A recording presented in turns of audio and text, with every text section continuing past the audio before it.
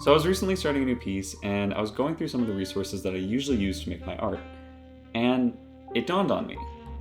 Some of you might not know about these amazing resources. I should tell you about these resources. And here we are. So the first resource I want to talk about is a website called Coolors.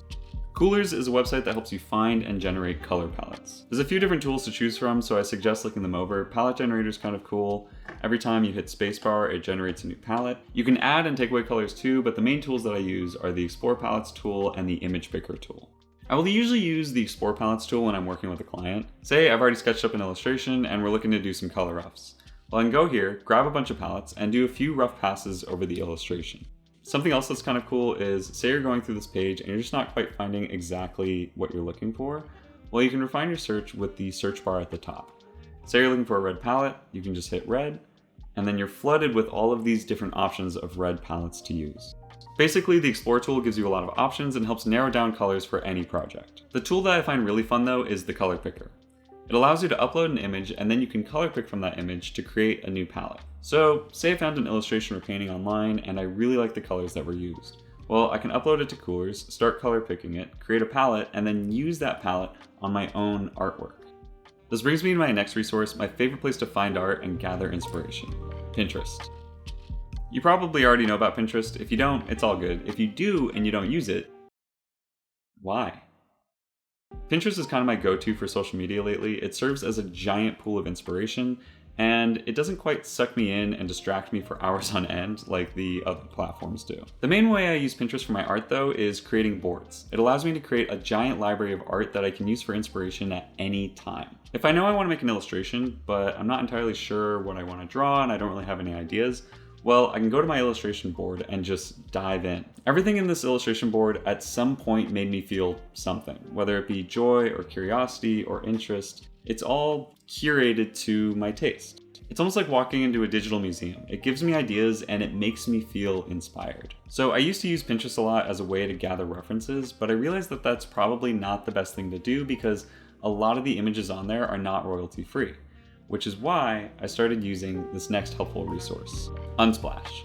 Unsplash is a digital library filled with royalty-free images. A lot of the images on there are pretty high quality. There isn't a ton of stock photos, although those definitely exist on the website. I would say that a lot of the images on there are rather beautiful, and even though I'm not immediately inspired by them, I do think a lot of them could be fun to draw or paint. One of the cool things about Unsplash that's a lot like Pinterest is that you can create collections. So one of my favorite things to do is to go through the homepage and try to pick out all the images that I think are cool or maybe would be fun to paint and save them to my corresponding collections that I've already created. Or say there's something specific that I want to paint. Well, I can type that into the search bar at the top. So maybe I want to paint a cow. I'll type that in and that'll pull up a bunch of images of cows. I can then start scrolling through, and once I find an image I like, I can start a collection of cows. And then I can continue going through and save every image of a cow that I think would be cool to paint. I did this recently for the chickens video I made. I already had a birds collection, so all I had to do was search up chickens and start saving them to the collection. I then went through and picked the best photos I thought would be fun to paint. The next resource I want to talk about is Sketchfab. This is a website that I found recently, and I think it's an amazing resource for references. It's a website where 3D modelers can upload their models and sell them to people who are creating video games, commercials, movies, whatever someone needs a 3D model for. As someone who draws and paints, this is an amazing resource for when I want to practice drawing something from different angles. So say I want to practice drawing a Mustang. Well, I can just type that into the search bar, Mustang car, and we'll click on this guy. And now we have an amazing reference for drawing a Mustang. I can turn it around to different angles, I can zoom in, it has all the details. This is great for if you want to practice drawing cars, or if you're just trying to get the angle of something that you weren't quite sure of. I will say though, be careful with using any of these models in your final projects. I think I'm primarily going to be using this site to do technical drawings in my sketchbook. If you're going to use one of these models in a final piece of artwork that you might profit from, I think you should probably purchase the model just so that you have the rights to use its likeness. Someone went through a lot of effort to make this. It's really beautiful, it's really detailed, and it's really useful. And that person should be compensated for their work. Okay, the last resource I want to talk about is Filmgrab. It's another resource I found recently, and I've been using it to gather inspiration and get ideas for compositions. Filmgrab is essentially a giant library of screenshots from movies. I've always loved the compositions in films. They usually use the rule of thirds, and they always have a strong focal point, which are techniques that translate really well into creating paintings and illustrations. This website's also really good if you ever want to do film studies, which is when you take a screenshot from a film and try to draw or paint it. You can just go through their library, find a movie that you like the cinematography in, and then there you go, tons of frames to pick from. Doing painting or drawing studies for movies is a really helpful exercise and can teach you a lot about composition. It's an exercise I used to do all the time when I was first starting out as an artist. So the way I find these resources most helpful is when I use them in combination with each other. So I'll start over on Filmgrab, kind of like perusing the different frames, see if I can find any compositions that stand out to me. And right away, I find this one. I think this composition is really cool. I love the field of flowers, I love the big open sky, and I really like that it all centers onto one subject in the middle. The only thing is though, I think the subject is kind of boring, so maybe I can find something better on Unsplash. So we'll go over there and I'll start by going into my collections.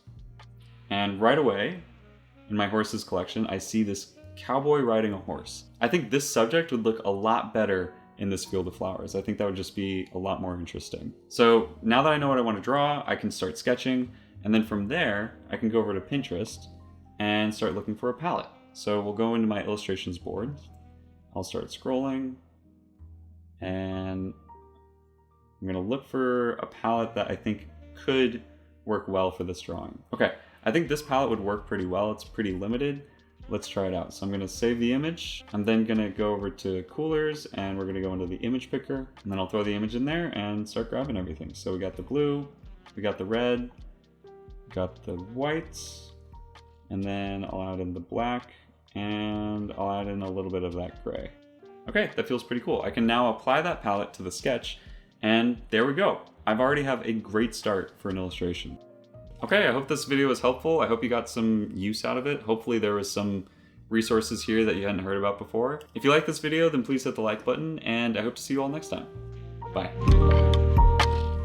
Hey, so I was editing this video, and I actually have a question for you guys. I ended up doing 2 color-ups of this illustration, one with a blue background and one with a red background. I think I want to turn these sketches into a full-fledged illustration, so I was wondering if you guys could let me know in the comments which one you like more, blue or red. That's it. I'll see you all next time.